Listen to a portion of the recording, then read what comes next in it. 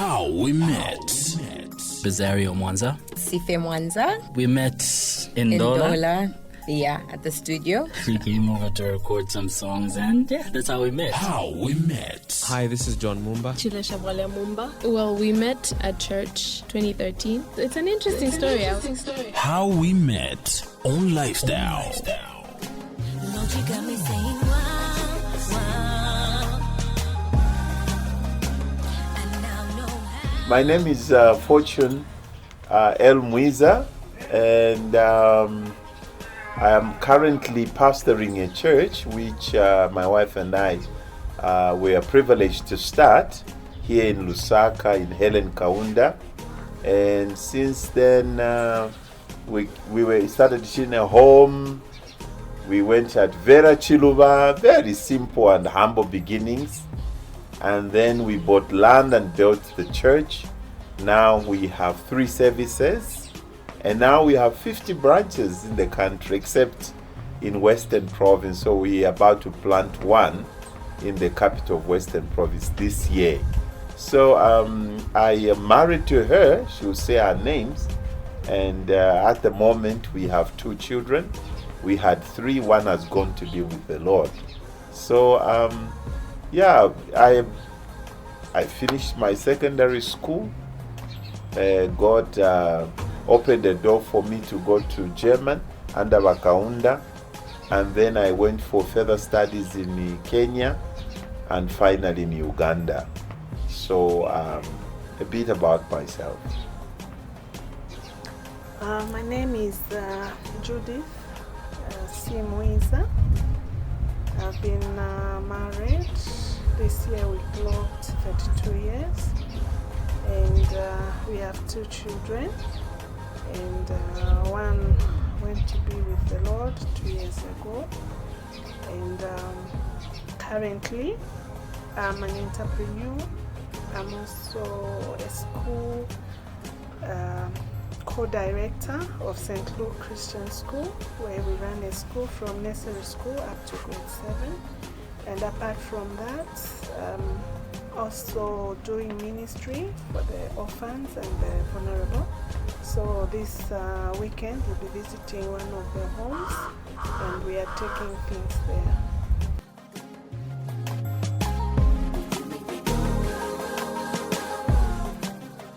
Well, we grew up in the same church. I think for her, the parents gave their lives to the Lord much earlier than my mother. And so she grew up in that same church, the Pentecostal church. So when Renard Bonki came to Ndola, and there was a crusade in Masala, so my mom went there and she gave her life to the Lord. A few weeks later, she encouraged me to go to the same church. She was Anglican, gave her life to the Lord, and then these people came to do a follow-up. So they discipled her and encouraged her. And so she started going to a new church, a Pentecostal church. So she asked me to go to their conference in Luanshya.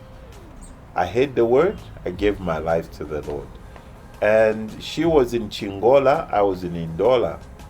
So this same church, they used to have the conference for every branch in Lusaka, or for the youth, and they would shift it. At one time, they would have it in Luanshya, the other time they would have it in Mukushi. And that's how we would see each other and just say hi, basically. Just say hi. Let us say something. Then I'll come take it to another level. So that's why I saw her. Yeah, as my husband has said, we used to be in the same church, and we would meet. I just knew him like the other young people were at church, but there was something that was distinct about him, because he used to be one of the best when it comes to the Bible quiz that we used to have in the provinces. So he would always scoop those prizes, and that's how I knew about him. But apart from that, nothing. I just knew him as a winner of the quiz. And so when I went to German after from 5, we call it grade 12 now, Wakaunda sponsored us. You know, there were sponsorships then. I would say there was less corruption. You didn't need to know anyone. So people would go to UK, people would go to German, Russia, China, everywhere. And for me, I ended up going to German. And so when I was there, I did my studies. And, you know, as you are finishing school, the thought came, so I'll go and work. And chances are I need to get married. So that's where now the journey began for me. So I began to seek God. I was forced in a corner. The people I was with, like Pastor Ben and Yarenda, he works for Zesco, and the late Vice Superintendent for POG, Copperbelt, Bishop or Pastor Isaac Imbewe. I led him to the Lord in Germany. When they finished a year early and they left me for 1 year, we were going to churches together, preaching together in German, and now they are gone. I was left on my own. It pushed me in a corner to pray and fast for 7 days. And I prayed for many things, my stay there, for God to keep me for the 1 year. But I think the third day I prayed, or fourth, I prayed God, I prayed for my future wife. And that's where the miracle happened. Because I was praying. We were taught that after you pray, listen to the word, listen to worship. Because the whole day I locked myself in my dorm. My roommate had gone for holiday, so I took advantage of that. On the fourth day, while praying and I'm quiet, I heard a still small voice say, "Your wife will be Judith." I was stunned. What was that? Anyway, I took my diary and I wrote. And so I knew there's something to do about a wife called Judith. So that was a year before I graduated and I finished the school. I went preaching on my own now. My friends had gone. I was the only preacher I would be invited in German. And so I come back home, you know. So I come to Lusaka. I'm working. Now I'm working in Lusaka at EFZ. Before I was working somewhere else. And I go to the church. I see her. And I remembered Judith. I remembered God told me Judith a year ago. When I tell the youth at church that they laugh, they fall off their chairs. Jesus told you, you can't choose. And I'm like, maybe that's where you're making a mistake. You choose yourselves. And you know, so I saw her, but when I saw her the first day, all the time I would say hi. We never sat to talk. We just respected each other. Hello. We knew this is my sister in the Lord, and that's it. But when I saw her this time with that knowledge I had, I was terrified. In a good way, not terrified like I've seen a lion. So I was surprised. What is this feeling and what's going on with me? So I gained courage after the church service. After the first, but before that, I'd met you in Ndola, isn't it? I escorted you to the bus station. And so her name and her were on my mind. But this time, I gained courage. I escorted her from the church all the way. We walked to the church was in Long Acres. So we walked all the way to Intercontinental bus station. So just before that, I told her, I said, Sister Judith, I was wondering if we can do a project with you. Because I was thinking, I've never opposed a sister. We were taught we were discipled in a very, very strict way. We were told, don't read newspapers too much, you become a sinner. Don't watch TV. 42 years ago, it was tough. So leave alone telling a sister I love you. You can't use those words. So I said, can we start a project with you? And she looked at me, okay, I'll get back to you. And she got on a bus, she went, and I was thinking, what did I just do? Is that the way you propose a woman?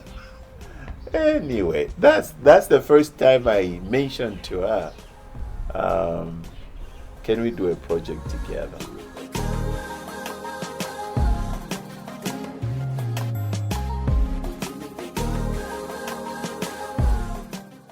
I was shocked. That's why I told him that let's shelve it. I'll think about it. And I tried to find out from him. I thought, is it business or is it church business? Because we could meet in these youth groups, and I thought maybe it had something to do with spiritual life. And then he explained to me, but I told him, give me time, because that time I was still at Zambia Institute of Management, where I was pursuing my secretarial course. And after some time, I told him, let me pray about it. About 2 months. But it was 2 months of waiting. We didn't have then the smartphones, and we didn't have the WhatsApp and so forth. So the best we do is write to one another. Right. That's the best. Telegram, everybody will see, so you wrote. And you can imagine every other week I would go to the post office and there was no letter. Yeah, but then later I found the letter. The Lord told me it's Judith. And I had peace in my heart, So my mind would think, I said, no, I will just wait. So I never proposed to any other lady. But interestingly, within our church, because they knew I'd come from German, there's that vibe those days, somebody has come from German. I mean, even the attire looked different from all the young men. I had better things than the other young men in Zambia. So there was another family, they were eyeing that their daughter could come. So every Sunday after service, the girl would come home. I didn't like the idea because I knew it was a setup in that 2 months. So what I would do after church service, I would go and visit other uncles or in the church or brothers to avoid, so that the mother and that lady, they can go and visit mom, because they have their union. Me, I'm waiting for Judy. So I just knew Judy is the right one. I need to be patient. I think that's what enabled me to wait. So the letter came, and she said yes. And now from there, oh my, I knew now I can say what I feel. So we decided now to write letters. We'd write each week a letter or something. 2 letters each week. By post office, because she's in Lusaka, I'm in Ndola. Can you imagine that? Until I now transferred to Lusaka, I started working here in Lusaka. Now she finishes school, she finds a job in Ndola. She was working for Mwanawasan Company, the law firm, as a secretary there. So then now also the phone call came in. How many times were we talking per day? 3 times. It's 3 meals. So in the morning we have to talk, at lunchtime we have to talk. And for 3 years in courtship it was like that. Everybody knew, the phone is going to ring. At office they knew a certain time the phone must ring, but we respected the times of working hours. So we called before working, at lunchtime, and then after. So since there were no mobile phones, we used land phones. So we talked. And then we visited each other. It was not a rule. It wasn't a rule. But we just knew if I went to Ndola to see her, the next week she came. I never forced her, you have to come. Me, I came, So how many trips did we make in 3 years? Ndola and here. so many. Yeah.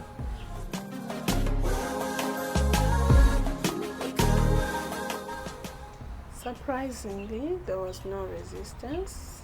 Everyone was very happy. And one of the things that I would say that amazed my elder sister one time, I was telling him that I was doing my shorthand course, and it's just a story. I was just telling him that I need a radio cassette recorder, the one that we are using. It's like all of us at school we are using that, and sometimes we are missing on the trips. Then he said, no, I could lend you my cassette recorder. And then I said, that cassette recorder is from Germany. Suppose those people, they spoil it. No, it's fine. Then there was a day my friend, right now, she was here 2 weeks ago, my chief bridesmaid. And then she would tell people she's in love. So, if this cassette recorder gets buggered, we will have ours, but we never got it. And there were times we were just going into town, then Catherine said, Judy, here is our cream, the cream that we use. Now naipwa. Then I said, I will buy. Then the following day he bought it and he gave it to us, and people were saying, hey, you were saying you are broke, where did you get it? Then my friend would say, no, Judith has got a lover who cares. When we just talk, then the thing we want, even when we don't ask for it, it will definitely come. So that was something that I experienced, and I still experience it. It has not changed. It has remained just like that.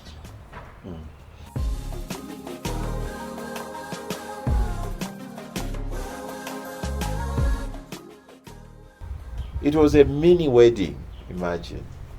It was just beautiful. So we went there, they had arranged, we had the service. The late Temfwe preached, Lawrence Temfwe preached, the former pastor for Bread of Life in Indola and Prisons Fellowship and Jubilee Center. So he preached on our wedding. The elder brother was a lawyer with Wasilwamba, and others, their friends came. It was like a wedding, really. So after engaging around 17, 18, we started off, we drove back.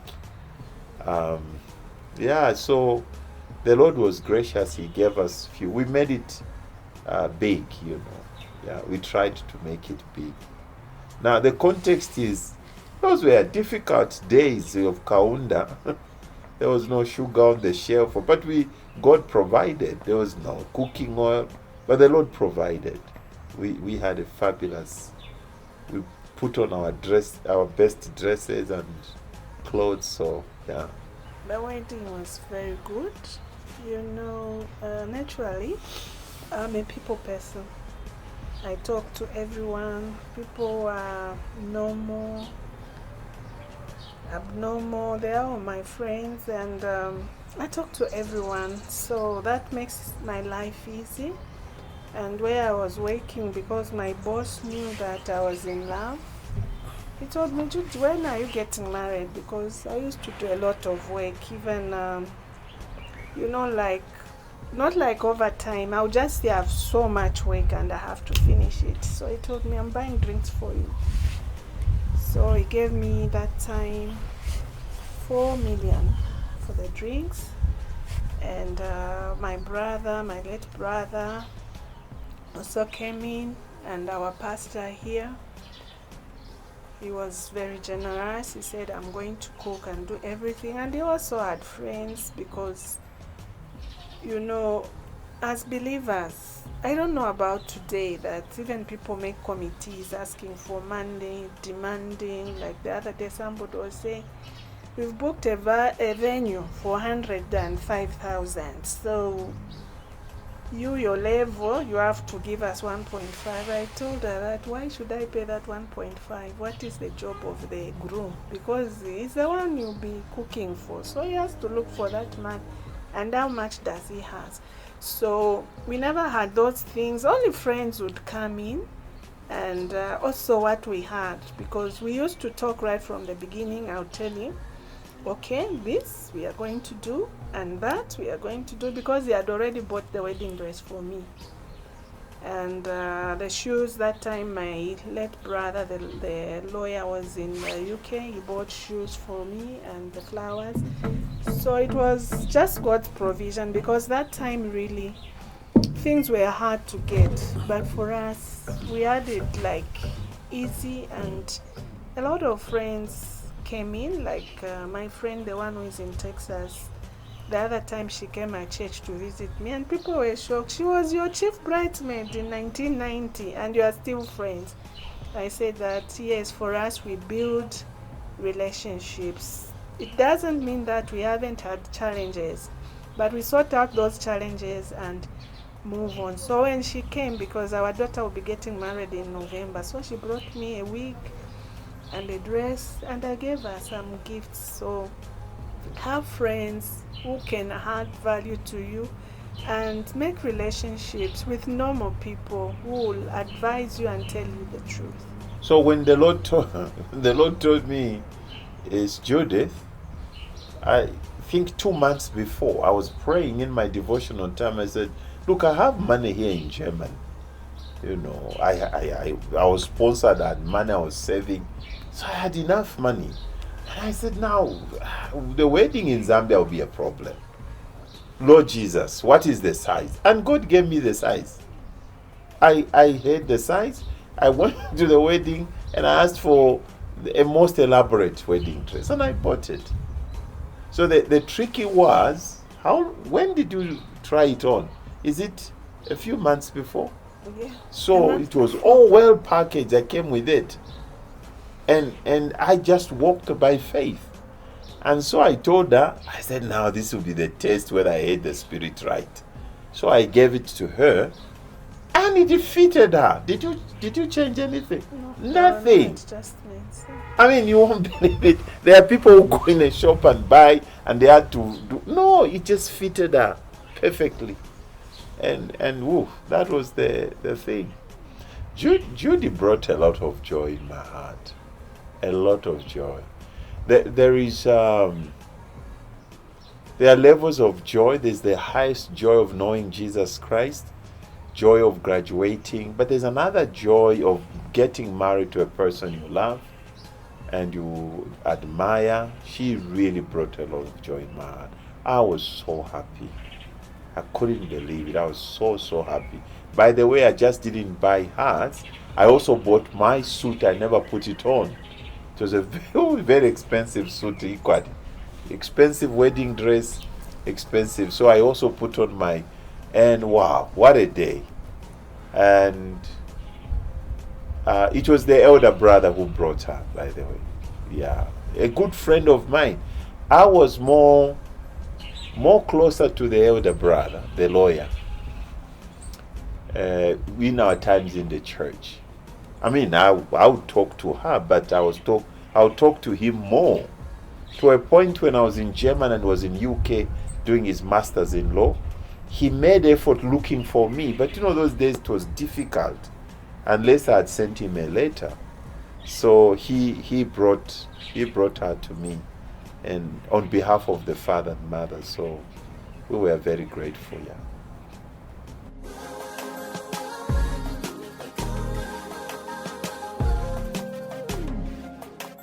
So excited, and I cannot even really say how I felt. I just knew that my day has come.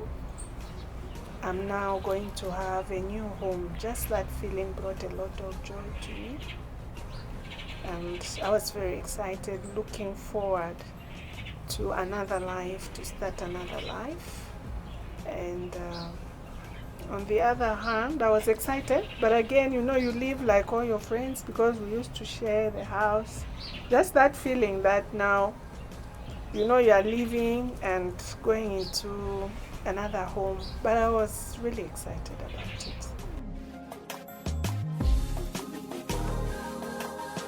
it. 3 years in engagement, but knowing each other as brother and sister from a distance, more years. But serious in engagement, 3 years, and then 32 years in marriage. For me, one source of difference with my wife is a go-getter. She gets things done. I can't remember a single thing we have agreed in family or in an individual. So let's do this. She will go. She will get it. She's a businesswoman. She goes to China. She goes everywhere. I am the type. I'm a go-getter. I get things done, but sometimes I want to think a little bit more. So she says, let's move now. I'm saying, I think it's tomorrow 8 hours. And so at that juncture, you have to labor a lot to explain.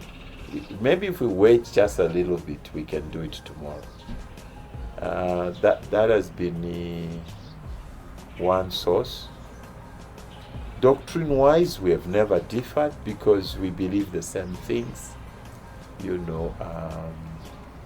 Parenting-wise, we have never differed. I think our parents grew up with the same style. Finances, we have never struggled. We believe that all the money belongs to God. So we budget every year.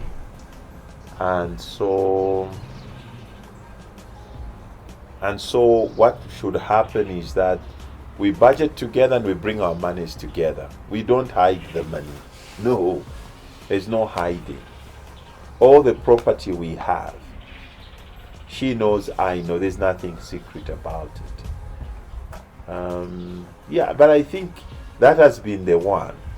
Whether it is in our family, whether it has been at church or projects, my wife, because of her temperament, she would have loved things that are done like yesterday. And I'm like, no, let's put everything in place, then we move on. But other than that, not much difference. I think it is, first I would say God. When you pray together and when you do things together, it's very difficult to differ. We may differ on small things like food. I like the boiled egg. He loves the fried one. Now that I know he likes the fried one, I'll just fry for him and I'll do my boiled egg. And he loves fish. He loves it boiled, and I'll do it the way I want it. But when it comes to things like where we have reached now, it's very difficult to differ. Like the way he has said that, for me, I want things to be done now. Even where I work, when I say these chairs must move, they must move now. Somebody must not give me reasons why they should not move. But he has helped me to say that, sometimes you have to wait. You cannot just move like that, even making a decision like, I want to do this, I want to do that.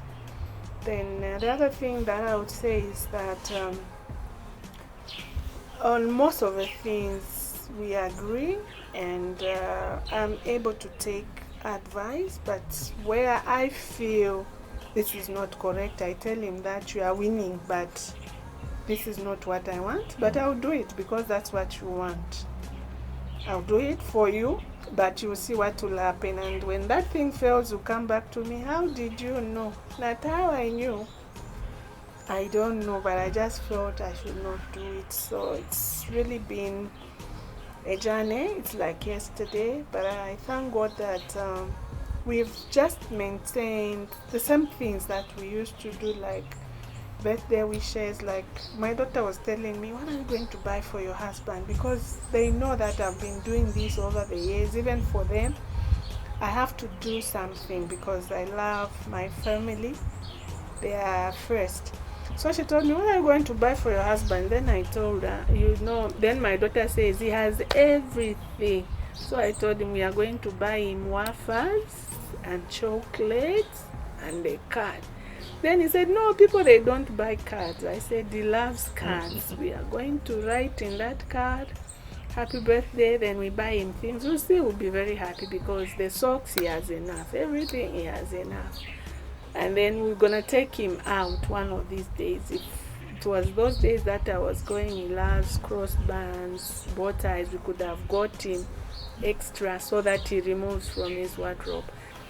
The day is not very good, then we'll know what to do, and we don't tell him things like on Sunday somebody has done something very bad in the family.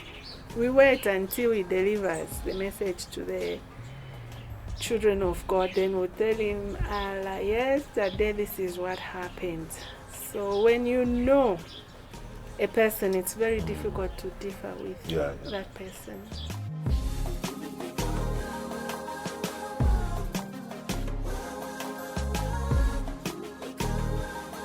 I think I take time to pray and divide my time very well, because for us, even before I got married to him, he told me that he wanted to be a pastor. He worked for some time, tried to raise money and find a place for us where to live, and then get to ministry. So for us, ministry comes number one in everything that we do. Even my children, they know that when there's a program at church, or when there's something that has to be done, we have to do ministry. Then these other things, they can wait. We go for holidays. We make sure that we take days off from the whole church. Would you believe it, as a family with the children, we have been to Tanzania, we have traveled to Malawi, we have gone to Namibia, we have gone to Tanzania, especially before they went to university. So we'll go, all of us. So each year there's time to be with the family. Livingstone. Last year we drove all the way to Sanfia. We were there for a good time, and enjoyed the beach, the fish there. So that's one, we take time to do that. The second thing concerning business and family, we had a strategic planning. We need to redo it, where we met with the family and we had a family strategic plan. What we do spiritually, what we do physically, what we do mentally, what we do economically. And we have been following that, but I think this year we need to revisit it. And by God's grace, we have achieved most of the things we said, in terms we live in our own home. We felt we shouldn't be renting. My daughter just finished her medicine studies, and we said you should get a good wedding, not the other way around. So we have had all these goals. So we have divided our time. We know that Sunday, the whole day, we give it to the Lord. And so we have divided ourselves. For my wife also, her passion is a business. I have allowed her. Until recent, for 2 years, she hasn't been to China. But each year she would go minimum twice in a year. She would go and buy things there and come and sell. So she would go for 10 days. We agreed, you do what you like to do. But this is something that the young lady should learn. So I support my wife in her business. But you'll be pleased to know that every Sunday, my wife doesn't really speak. She's not the type stands up every Sunday preaching and talking to people. No, she just sits. But she's in every service I'm preaching. She never goes. But you see, if it's her turn, it's her business, and she needs one or two things done, I help her also. So we collaborate in that way, and that's how we found ourselves to be here. Yeah, we just had the days of refreshing. We found our children also falling into the same thing. My daughter volunteering to pick. I think you saw her drive the guest speaker. So I gave her my car. She says, I'll drive him. The drivers at church were fighting with her, but she realized this family, they work together. When they have a goal, we work together. So our children work with us. I think even my son came here. So I think it's important in marriage to respect each person's dreams and careers, and I support her and she supports me. Yeah.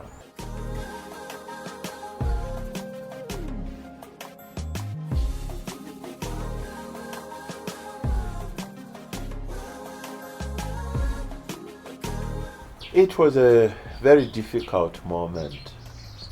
I've never been broken in my life like that time. I was really totally devastated. But one thing that happened, not a single day did we accuse one another. We did everything possible to take our son to the best medical facility here. And we were prepared to sacrifice everything to take him abroad. But the challenge he had was the cancer in the lungs, so he couldn't fly out. So it was so difficult, we couldn't breathe. So when he passed on, we encouraged each other a lot. I remember one day I asked her, because she has lost her brother, immediate brother, the lawyer, at a tender age. He was 36. 36 years. He died. Then she lost her mother, her father, and then her mother. And I've been with her throughout all this journey. When we lost our son, one day I sat with her, I said, by the way, Judy, I've seen you recover from all this.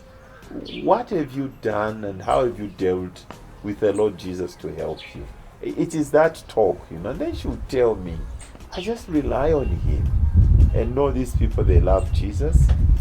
So what will happen is that we will see them in heaven. And that's what has kept us to going, because she said, look, we'll see our son again in heaven. He went to be with the Lord. So we encourage each other in that way. So number one, for me, the knowledge that we'll see them in heaven is just temporarily. Number two, that you talk to one another and encourage each other. It is very important, I think. Talk with your spouse. Yeah. What I can say is that, when you know who God is, when you know God in a very personal way, it really comes through for you. Even for me, I would say that when my son was sick, because we are a family that talks, we talk about anything else, and even my children, they know what we stand for. Like my daughter, it tells the young brother, we the Mwizas, we don't believe in what you are doing. And even my son, we used to talk. But the time when he got sick, it was because he had never been sick. It was something that came very sudden, and we would talk. And then he would ask me, Mommy, suppose I died. Since you love me so much, what would you do? Then I said, don't talk about that. Because I never expected him to die. I expected him to be okay.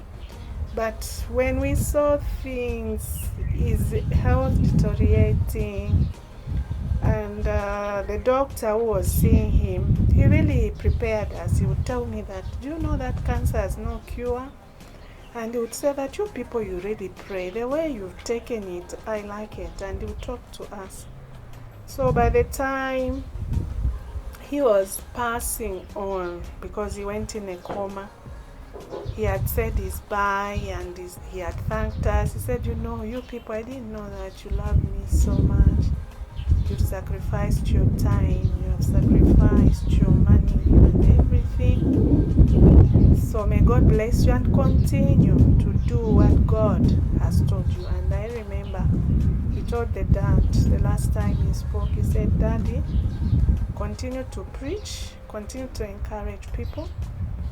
I'm going to a better place. So that made me very comfortable, because even 2 months before he went to be with the Lord, he said that he had seen a light. They were walking and he saw Jesus coming to fetch him.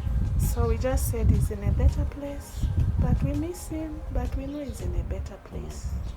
But also the last day before he died, we were in church. Despite all this, we made sure in church, we said, we're trusting you. We can be home and he's sick. What would home do to recover him? So we'll be worshiping you. So when I finished preaching in the second service, I received a phone call that you need to come to the hospital. And I said, why? And they said, look, because I always went morning, lunch. But now they're saying you need to come now. I said, is there something that has happened strangely? They say, look, he has started saying he's seeing the light. Hey. So we rushed with my wife. He's seeing the light from heaven. So we knew what that means. He's beginning to see glimpses. So we went there. You remember we found him now. He's fast asleep. So the cousin said, no, he's asleep. Let's not wake him up. Let's not wake him up. By the way, after seeing the light, he saw Jesus now. He was telling the ladies who were there, says, let's go together. Jesus is calling me. So now this is getting serious, eh? So anyway, we waited. He was asleep. So they told us, no, let him rest. He needs to rest now. So we came home. We had so many people who supported us, by the way. They were just changing. This group will go in the morning, afternoon, and there were people around him all the time. Early in the morning, I received a phone call again. He calls, he says, now you have to come. So I went there and he says, Dad, thank you, and said a number of things. I read Mark chapter 1, the whole chapter to him, held hand and prayed, and he told me, you know what, now I want to rest again. I'm happy I've seen you now. So he rested. So later, about an hour or so, we heard he has passed on. So that encouraged us to know he saw the light, he saw Jesus. He's in the hands, he's in a better place. And it has encouraged us. But what will shock you? I thought I knew how to encourage people who have lost loved ones. No, I didn't until now. I have been to families, they are shocked they have lost their father, okay? And they're almost killing themselves. And they will say, dude, call Bishop, and I'll come. And I say, okay, listen to me. I lost my son. They listen to me better than this. They say, no, let's have a consolation. Let's have a hallelujah. And they are in tongues. No one listens to that. There's a language I know now. If somebody's hurt, you have lost their loved ones, I know the pain. And I know the right scripture now. Because the only person who can comfort is the one who has received that comfort when you have lost someone. And so I found myself being a comfort to so many. But what shocked me was that during the funeral, did you know almost 25 to 30% of our bishops and pastors in Zambia, they have lost their children? I was shocked. Like I can shock you, I don't think he minds. Bishop Harrison Sakala, he lost a son. During that time when they came, I was telling Bishop, do you know that I had twins? And one died. Another one I'll shock you. You know the founder of the Christian Network TV, Pastor Chiluba. What is the network again? Comnet. He comes, he says, Bishop, I have twins. One of them died also. So I discovered that time many pastors have gone through pain. And that was the time they began to encourage me. And now I can encourage others who have lost loved ones and tell them that, we share the love of our children, sometimes for a stipulated time, and God can take them. Yeah.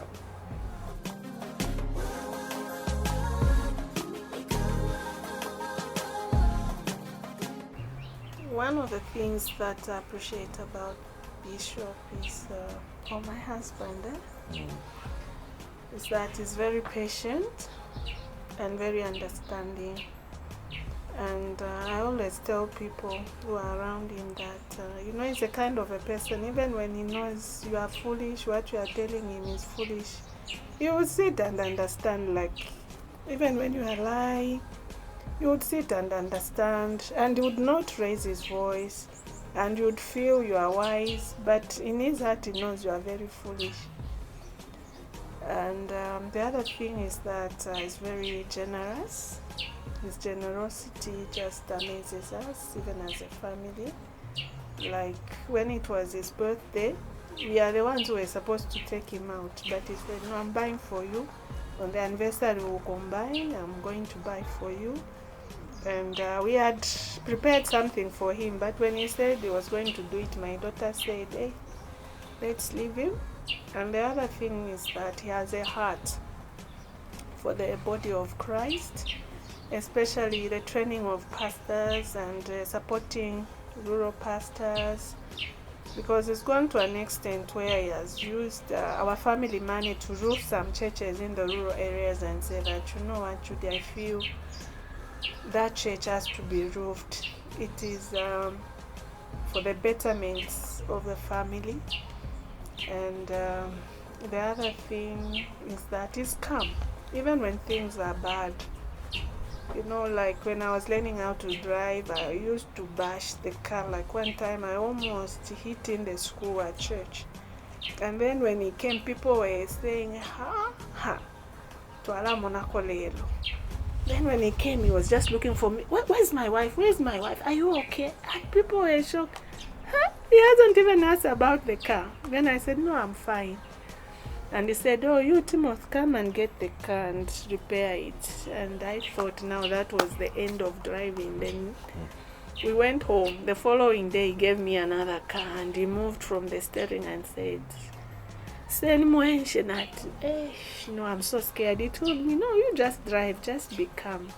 So that patience and that heart of always wanting other people to feel like, they are appreciated. I really appreciate that. Even as he has said, the journey that I've gone through, it has really been a rough journey, but he's always been there to support me during these losses. And it has not been easy, but he's always been there for me. And I would say that I thank God for his life. I can't ask for anything better. I appreciate you so much and all that you do for me. Thank you. There are many things I can say, but let me say one. From the time I knew her, especially when I married my wife, as a pastor, you need a partner who gets things done, eh? Hey, you are visitors, the Christians. They will come 20. I'll just tell her within 5 minutes, please, can you fix for them? It's done. Let's take food to the hospital. Done. I mean, literally everything. Not a single thing I can remember. My wife is so hard. I don't know how she does it. Short notice. 90%, 95%, I try to prepare because I plan ahead. But the emergencies, and that I'm very grateful. Now imagine, I'm a bishop, I have a wife, I tell her, let's do this. She does the opposite. My goodness, we would not be where we are. I'll give you an example. I'm working at TFZ. We are building the church. And she's expecting her last born. And I don't know the people in church. I don't know if I can give them so much money to build the church. So I told her, look, the treasurer has given us all this money to buy sand, rocks, and everything as we are doing this thing. Go and buy. And she bought everything, brought the receipts. We gave the treasurer. I mean, when we started, now it's more advanced management. But all that, to me, I'm very grateful, Judy, being a good partner, very supportive. She's ever with me in church. Not a single Sunday she has missed. Whether she's sick, she would come. Here is a shock for you. She would fly in from China or Hong Kong. There were some flights that would come on Sunday morning, very early or something like that, or Saturday night somewhere. Awkward hours. 8 hours she's in church. And that support for me has been a great blessing. My name is Judith C. Mwiza. My name is Bishop Fortunel Mwiza. This is how we met.